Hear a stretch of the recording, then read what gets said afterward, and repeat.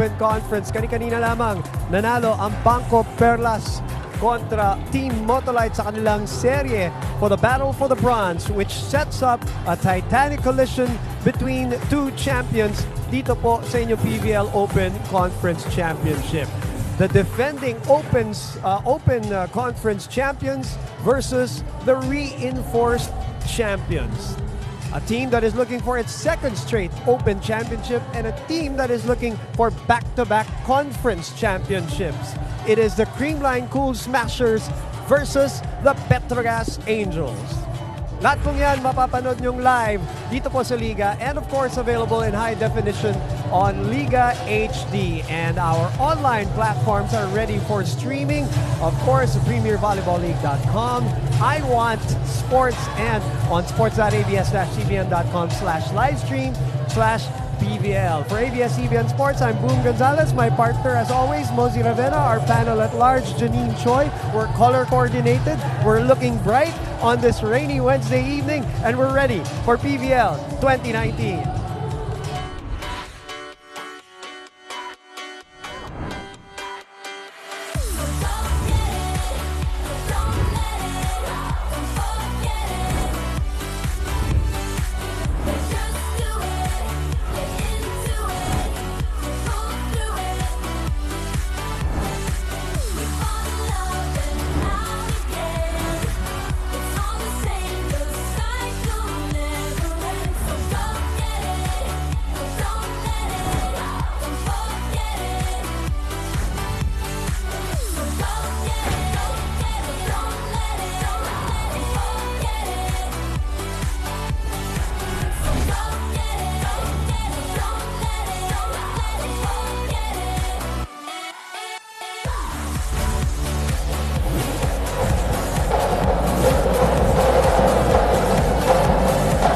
Magandang gabi sa inyo mga kapamilya. It's day 1 of the finals here in the PVL Open Conference at ilang minuto na lang ay magtatapat na ang Creamline Cool Smashers kontra ang Petro Gazz Angels.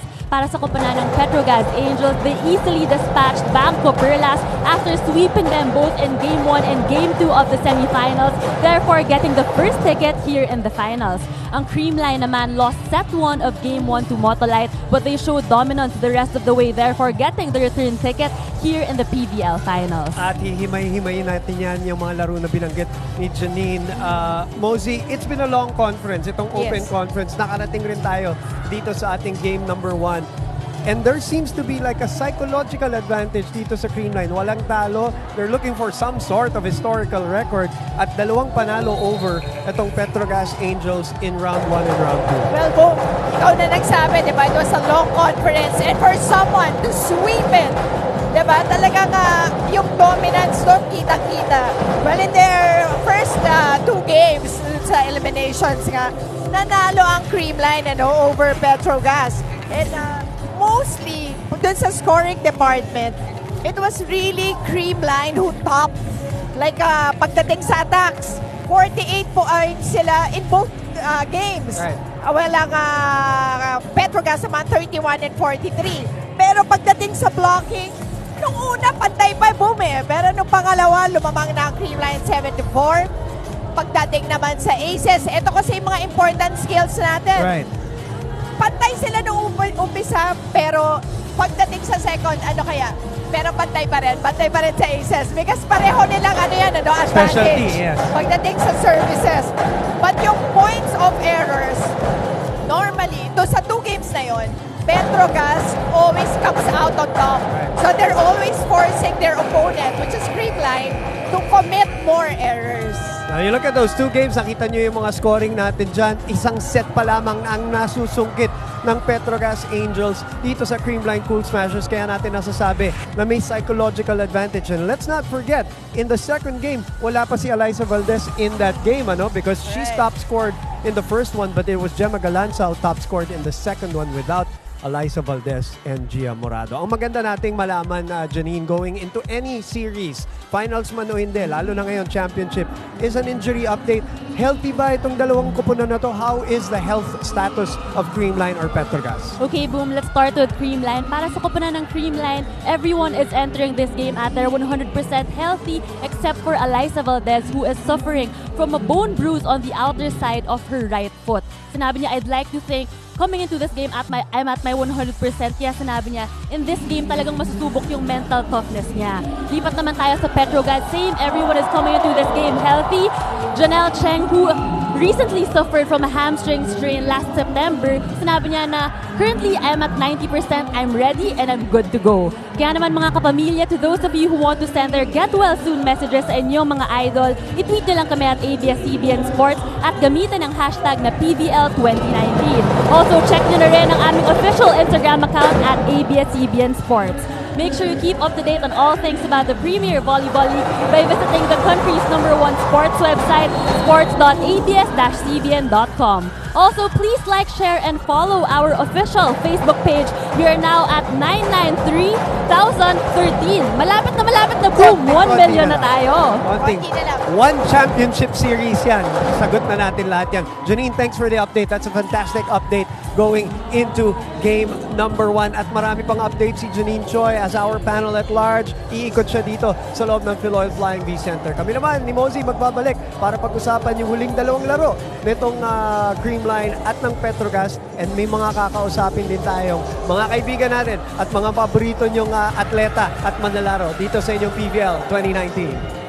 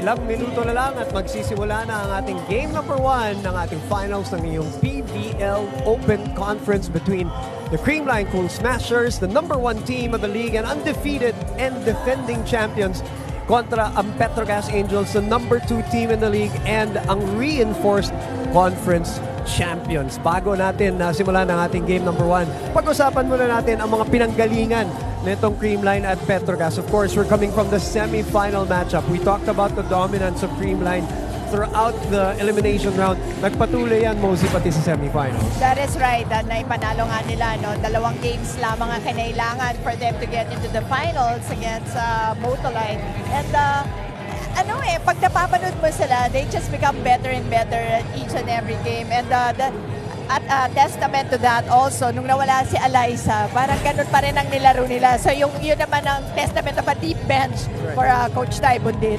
Right, nakikita nyo ang ating scoring. Medyo napisod ng konti sa simula. Doon sa first game, maybe there's a little bit of rust. We don't know. We will ask somebody later. Pero nagpatuloy naman ang kanilang dominance. 6 straight sets after that to sweep through the semifinals and make it to game number 1. Yung ating tatanungin ay kasama na natin si Eliza Valdez. Mabuti pa. Huwag na tayo maghaka-haka dito. Eliza, first of all, how is it na hindi nyo pinag-uusapan yung sweep, yung undefeated? Medyo, syempre, mahirap iwasan yung mga ganyang topic, lalo na pag pinag-uusapan ng mga katulad namin at mga iba kasama natin, mga kaibigan natin sa media. Well, with Coach Tai's system siguro kasi, more than thinking about the sweep, you think about how to survive in practices, how to survive in each and every game. So, every after single game, we're parang we're thinking ahead of our parang training agad para hindi namin maisip din yung pressure na dala ng mga panalo namin. Ako naman, what part of the game did you focus on in practice? One, because it is your weakness, and number two, because it's the strength of Petro Gazz. Well, one thing we have to we're consistently focusing on training is definitely the service receive. The service, we have to be consistent on that. Syempre, pati sa receive kasi wala kaming magagawing first attack if walang receive. And knowing Petro Gazz, they're very good sa net defense. So we have to practice our counter attacks also, and actually overall we have to practice everything and really consistent kasi alam natin yung Petro Gazz, iba talaga yung panglaban nila, lahat talaga magko-contribute sa team nila. Right. Mabilis lang, Eliza. How relaxed are you coming into game number 1? You guys were singing kanina, no? Habang naglalaro yung Motolite tsaka Banco Perlas. Is there no tension coming into your 4th straight finals as Creamline? Well, it's hard to say walang nervyos, walang excitement. Lagi namang andun yun. Pag wala na yun, wala na yung Delikado. thrill mo. Wala na yung, yung passion mo sa sport. So definitely, it's nice to feel pa rin na ninenervyos ka at na-excite ka every finals game. And syempre, team effort talaga. I think it's really, kung kakata isa, sasayo isa, lahat talaga dapat ganun yung gagawin. Dapat yata balik na natin. Nakatingin na si Coach Tay sa ating dalawa Trick question lang yun. Okay, Eliza, maraming salamat. And good luck sa game number 1 and stay healthy because the fans demand that Eliza Valdez stays healthy and the rest of the team who are playing very well dito going into game number 1. Let's talk about her. She doesn't have to produce the numbers, nasabi mo na nga. But when she does, ay naku, tuwan-tuwa yung mga fans, tuwan-tuwa si Coach Tay. And alam mo si Eliza, ang maganda sa kanya, she reads the game really well. So pag nakikita niya na may mga friends din siya, may mga teammates siya na gumagawa, na gumagana in that game. Pinababayaan din niya She just supports them. Pero when needed, she'll just readily step up.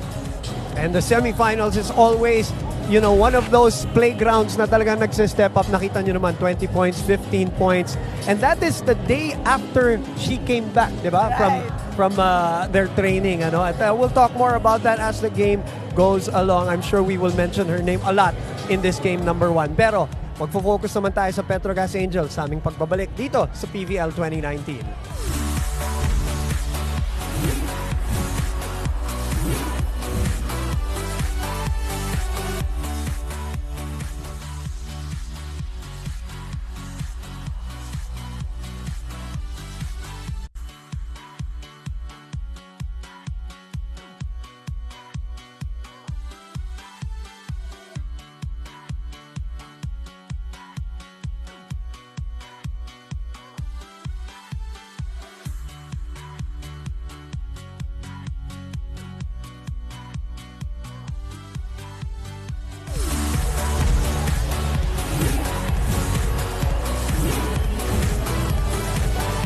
You're watching us live here on Liga and on Liga HD. Muli po, Boone Gonzalez, Mosey Ravena for ABS-CBN Sports. Kanina pinag-usapan natin ang Creamline. Ito namang kalaban nila ang ating pagtutuunan ng pansin. Ang reinforced champions who are looking for back-to-back conference championships.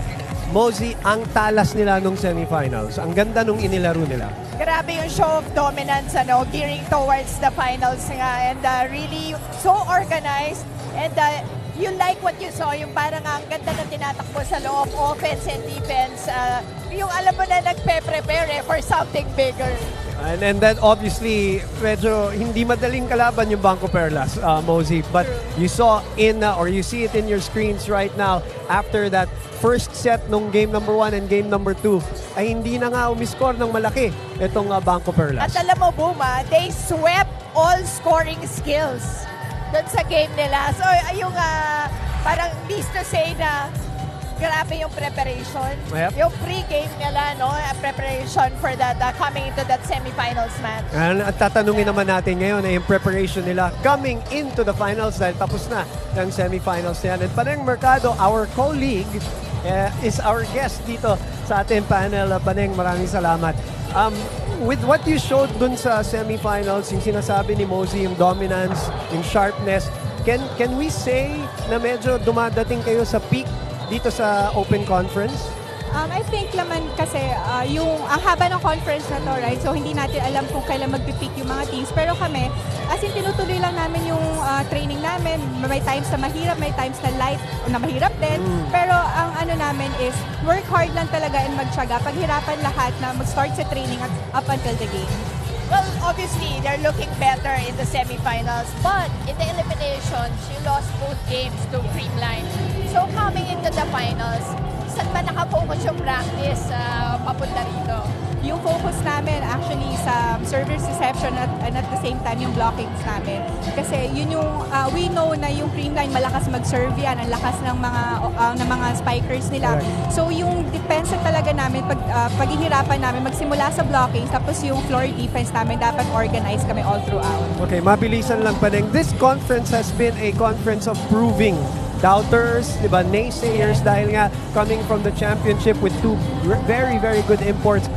How is the team coming into the finals after all of that? Actually, naisip namin, manalo ka, matalo ka, there will always be doubters. Pero kami, yung focus namin is, as in, magsipag lang kami, yung training namin, yung game namin, kunin namin one game at a time.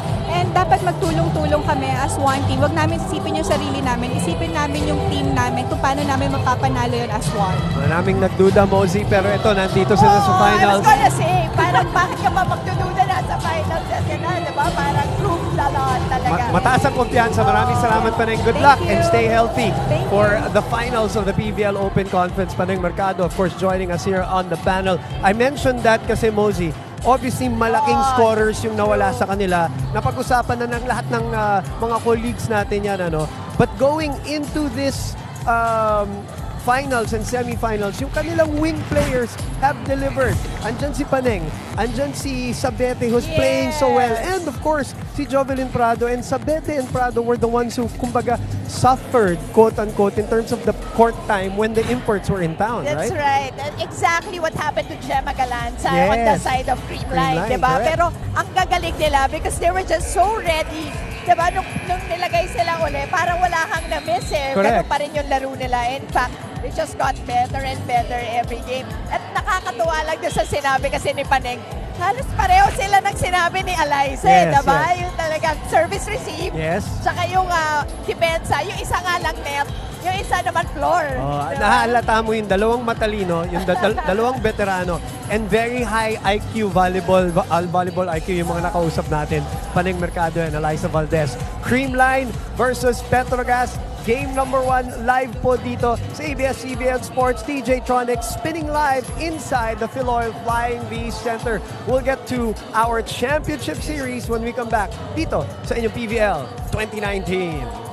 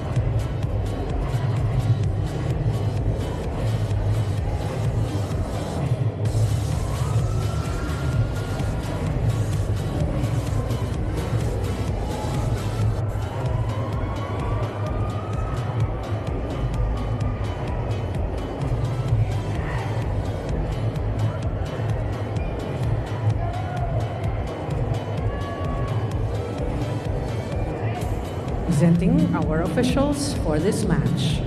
First referee, Mr. Yul Benosa, international referee. Second referee, Mr. Erlindo Eusebio, national referee. Let's call on our starting lineup from our reinforced conference champions, our Petro Gazz Angels. team captain wears jersey number 5, Relea Ferina Saet. At number 1, Cherry Rose Nunag. Wearing jersey number 4, Stephanie Mercado. At number 6, Janet Panaga. Wearing jersey number 16, Jonah Sabete. And number 19, Jovelyn Grace Prado. Liberos are number 10, Rica Jane Enclona, and number 18, Shian Cruz. Head coach, Mr. Arnold Lanyog.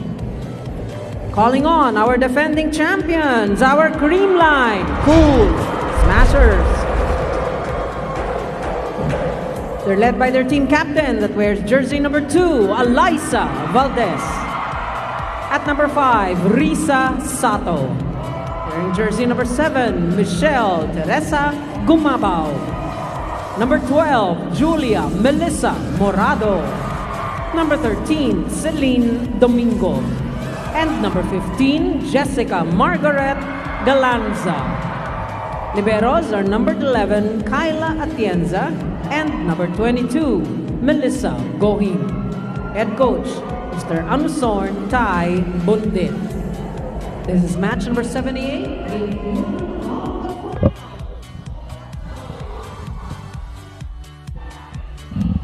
This is the battle for the gold. Kanina battle for bronze. It's game number 1. And these are your starting 6 para sa Petro Gazz Angels. Back-to-back finals appearances.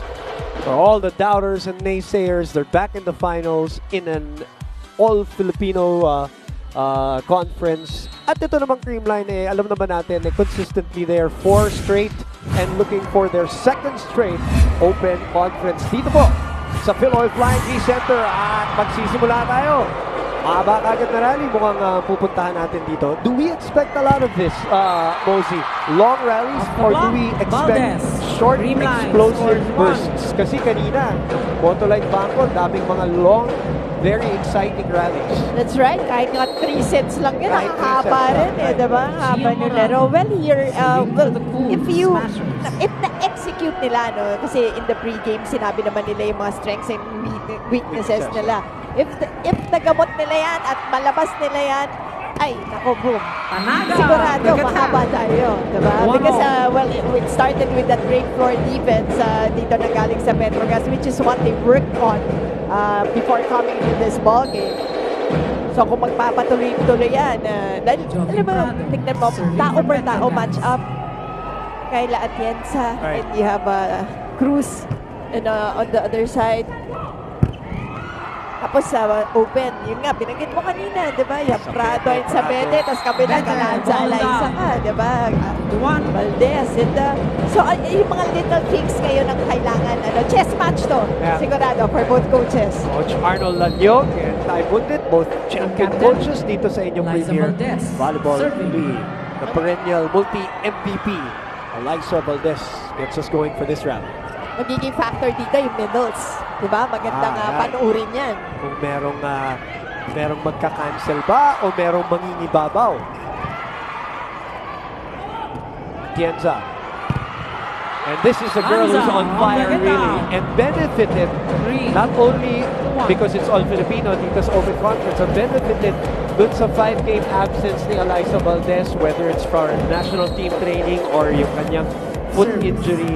She stepped up and some people parang are surprised, but you and I, Mosey, she has headed a team in college na siya talagang pinupuntahan, an MVP candidate.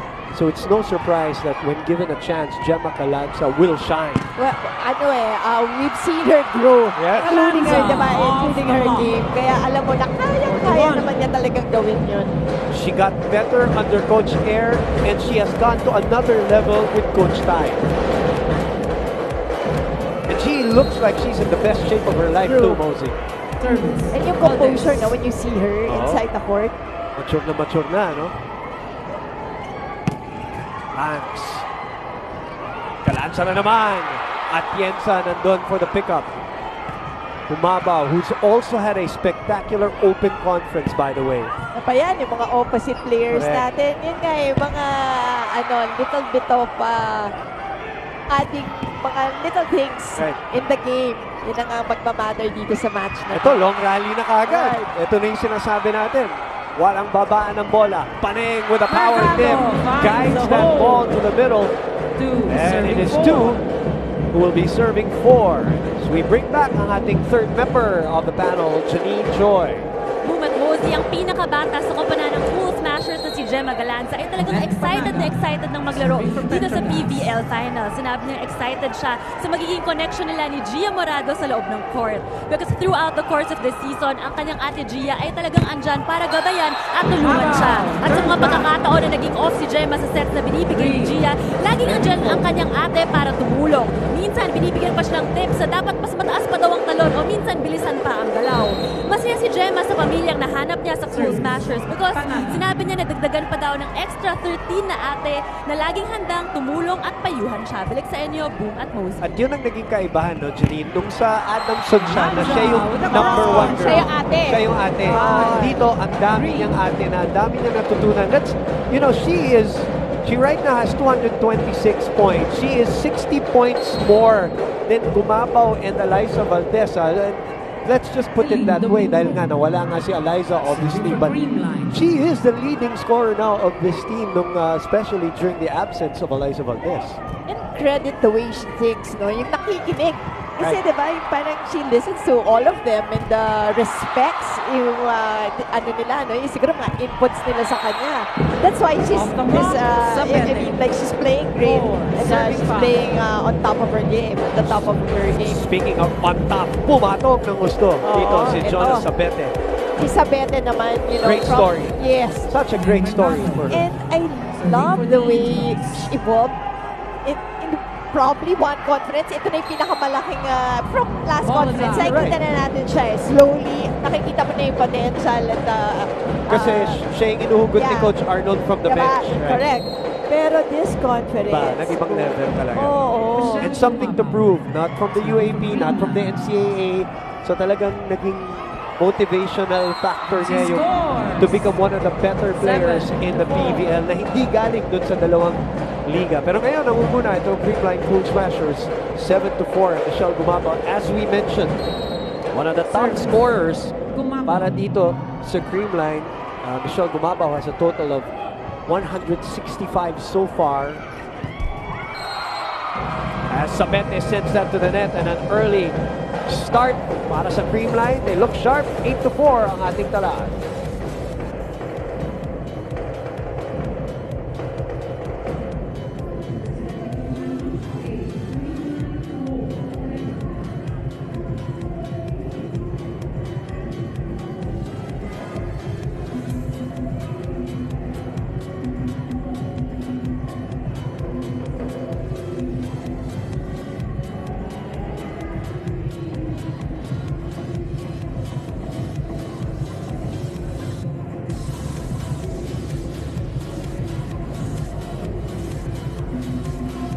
Babalik po tayo dito sa loob ng Philoil Flying V Center.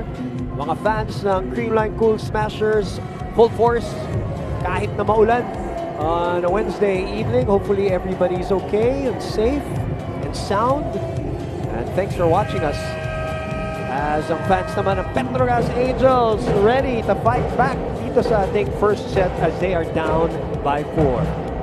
Again, we want to thank all of you who came over and watched this game live. And iba pa dyan, ano? Sige na, per set pa lang. Pwede bang humabol na? Oo naman. Malapit-lapit na kayo. Lapit-lapit lang eh. Do invite you to come over. Itch gets us going for this rally. Sapete. Somebody touched that if I'm not mistaken. Yes. Yul Benasa confers with the nice Just making sure of the call. Let's take a look at this. Ayun. Sumabit kay Gemma. Jonas Sabete. Serving for Petro Gazz. 1 point for them, Jonas Sabete. 5, serving 8. Sabi ko nga, even sa ibang volleyball players, pag napapag-usapan si Sabete, kahit yung form niya, no, parang gumanda na Yeah, gumanda.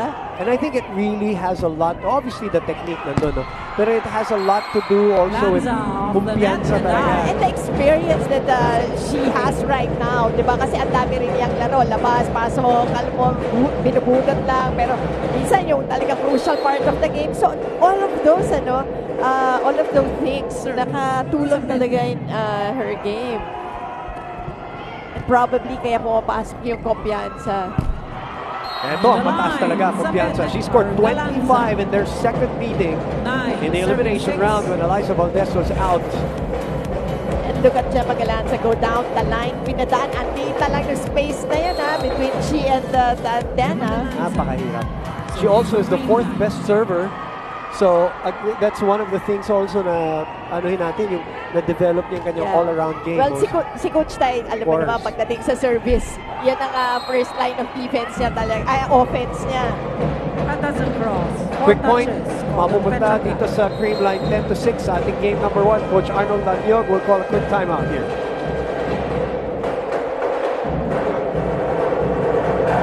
First attack tayo, laban na lang ng first attack. Pati na yung score nila, lamang sila, pero 4 agad binigay natin. Okay? First attack. 3 agad tinero natin sa first attack. Ikaw na natin para panagalangan yung siya. Okay, pagka nag-alangan na, basic na tayo, tapos laban na tayo sa tulong. Okay? Go, go, go, go, go.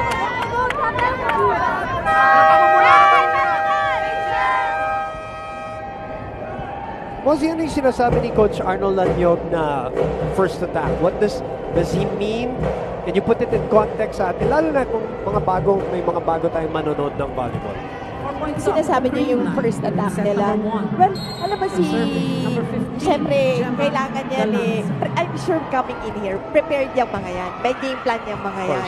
So, siyempre, importante sa kanya na na-execute yung first attack. Yung unang pagkakataon. Oh, kasi ayaw na nilang magkaroon ng mga counter-attacks itong Creamline because nakakabalik pa. dahil yan ang mga nangyayari. Sa dami-daming weapon, hindi pa natin nabanggit yan. Si Sato, kanina pa nakaserve ito si Gemma Galanza, 11-6 is our score. Yan yung sinasabi natin, the little contributions of other players. Ang other players na sinasabi natin, yung hindi natin masyado napapag-usapan, di ba? So, na magiging factor yan dito sa mga championship game. Kaya nga minsan, di ba, meron tayong stars na doon mo, biglang, alam mo, sa championship game mo makikilala bigla. You know, at the big games, biglang susulpot, lalabas, spark plug, or something like that. Here's a girl who's so used to the big games already. Looking for an undefeated season. They're basically 2 games away from that. From an undefeated. It's not what's amazing about that, Bozy, if they achieve it, is mahaba yung season. Yun, kanina nabanggit natin yan in our pre-game. It's not easy to do. Why? Kasi kahit yung conditioning mo nun, yun yung peaking. Sabi nga ni Panek, may mga lows and highs. Ito kailangan lagi kang padiretso, kahit pa konti-konti, pero pataas, di ba? Than that, undefeated in a long conference. And a lot of their games, they either swept or only lost a set. So that's just sharpness. And a lot has to do with the coaching and the coaching staff, obviously, Mosey. In a conference na nawalan pa sila ng 2 player for whatever reason, whether it's injury or national team commitments. In the meantime, itong kwento rin ng Petro Gazz, sa akin maganda ito dahil Mosey, after the championship in the reinforced conference, they struggled at the start of this conference. Diba, 2 sunod na talo pa nga to start the Open, and then they just recovered. They went on that trip, nagbanding, bumalik. At ito, number 2 team in the league. And this rally is going on again. Joust. Atienza. Valdez will look to send it back, pero Panaga was there. Valdez, mahirap na angulo. Ito yung sinasabi kanina ni Eliza Valdez, nung sa ating interview, yung net defense ng Petro Gazz. Dahil kila Panaga at Nanuda. Hindi lang nakaka-block. Pero sometimes, na-change din niya kumbaga, yung hitter eh. Oo, yung attack no hitter eh. Katulad ng mga kay Eliza. Nakita niya saradong-sarado na eh. Medyo mahirap na talaga. Nice defense there by Cruz. Paneng on the opposite. Hinatid kay Valdez. Binilisan yung atake. Pero yun na nga ang sinasabi ni Mosey at ni Eliza. Meron na naman kumokontra doon sa net. And then this is really, I think, the biggest advantage of Petro Gazz. If you recall the games actually, the 2 games against Against Bangko. Bangko. Yes. Ako sa akin, it was won through their net defense. Ang laking bagay ng net defense. Kaya 3 sets talaga ang bilis nilang napanalo, lalo na yung second game. Oh, look at the elevation and the glide of Eliza Valdez to change her mind in mid-air. That's strong. That's rare. Jim Morado, usually an excellent server. Yun magiging isa pang malaking factor na patibayan sa serve. You know, both these teams, lalo na pagdating sa mga players nila, individually, meron talaga dyan. Magagaling na servers. Panaga dito, di ba? You have Gia, the other side. Mercado could get to it in time, so this lead is back to 4, and Valdez will serve here in game number 1. You can see the hitters of Creamline going cross-court, trying to avoid the blockers, and also para, alam mo yung going for touches. It's received. Sabete still able to attack. Morado reverses to Gumabao. On the hit out. And Gumabao gets him to the second technical timeout, ahead by 5.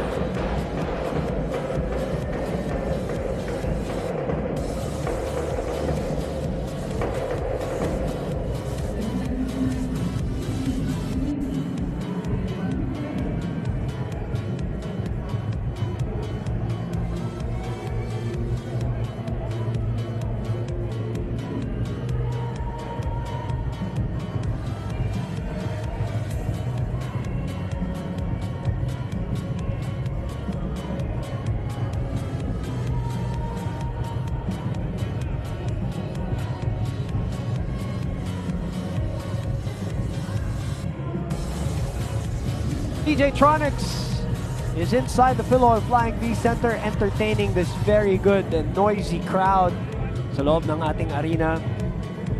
You're watching us, of course, on Liga and Liga HD at pati na rin sa aming mga streaming platforms, sports.abs-cbn.com/livestream/pvl, premiervolleyballleague.com, and iWant. Nangunguna so far itong defending champions, 16-11. I think the loss in the reinforced conference ng Creamline is a factor also coming into the series. Meron bang mga ganyan na 4 na sunod-sunod na conference? They've been so good, Creamline. They've been racking up championships. Natisod sila against Petro Gazz nung nakuha ng Petro Gazz ang kanilang kauna-unang kampyonato dito sa PVL. I'm sure napitik na konti yung kanilang pride doon. It's a nice way. Meron yan, meron yan for sure. That's why, pareho nga may out to prove tong 2 teams na to. That's why it's also nice to see them. Kasi you know what they're going to play. Alam mo, with a lot of heart. See that set by Morado to Sed Domingo. Once again, the middles, all throughout this match, I'm sure yan yung little things. Pero that will really work eventually, for the winning team. Nice serve by Sed. Gee, how big is that injury to Janelle Cheng? Mosey, in your opinion? Sige, sagutin mo yan. After we go into this timeout and read ito mga messages, lakas ng mga spike ng Creamline. Ano ba? Tayo ba'y Petro Gazz. or we continue 18 to 12? Let's listen in to Petro Gazz. Ay, okay lang. Kung walang pasa, lagay nila sa gitna. Hanggang kaya mag-set up tayo na pwede ihahabol-habol. Pag wala, Gawa natin ng paraan yung open, ha? Isang lang namin naman natin. Basta cover lang tayo sa likod, ha? Again, first attack. Cover na ng first attack.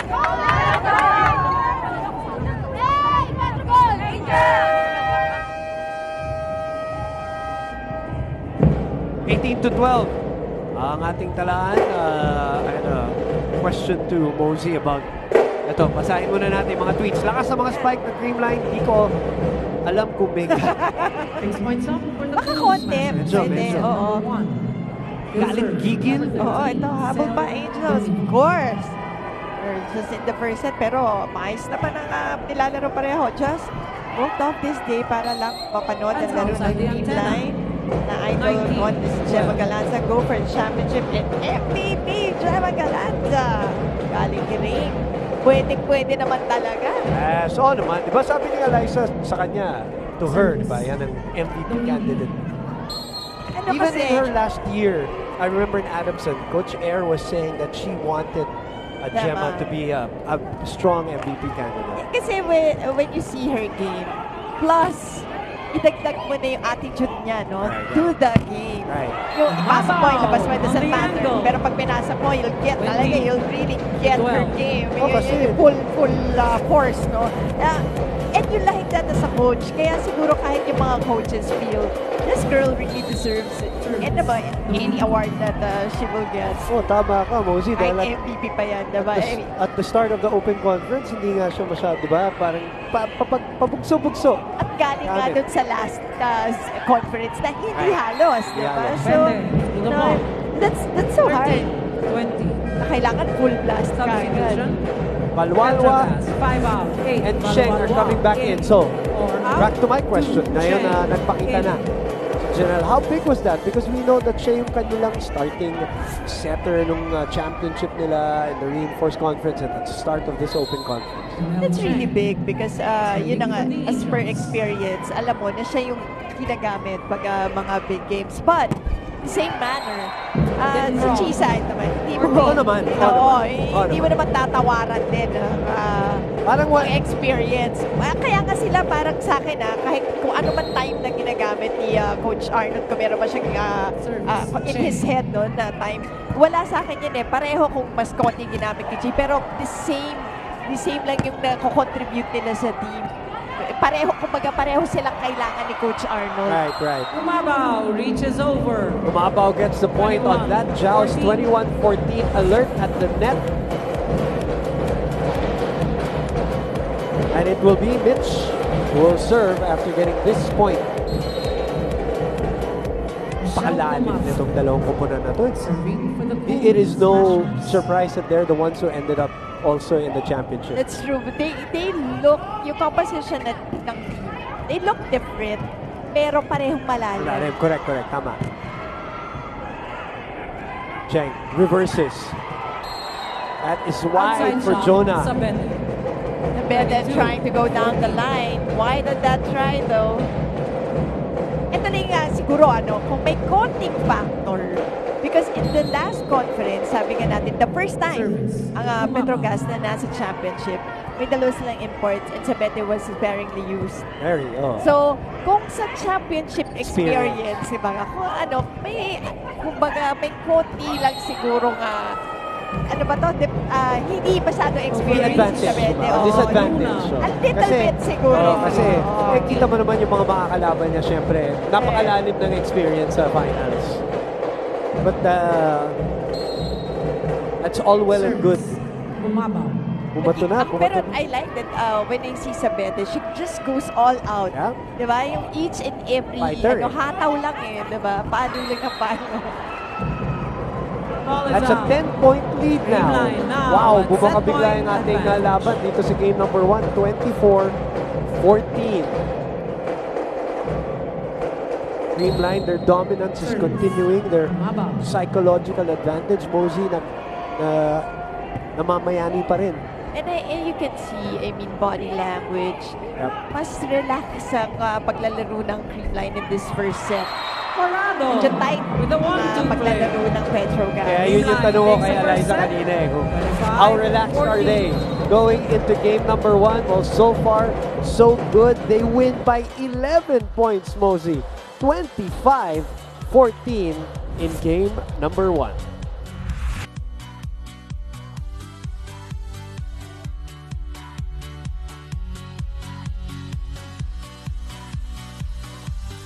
Hello to our Kapamilya sports fans worldwide. This is Eliza Valdez. Thank you for watching the set 1 of today's PVL game. Para mapanood ng live ang mga susunod na exciting PVL sets, just go to iWant.ph or sports.abs-CBN.com.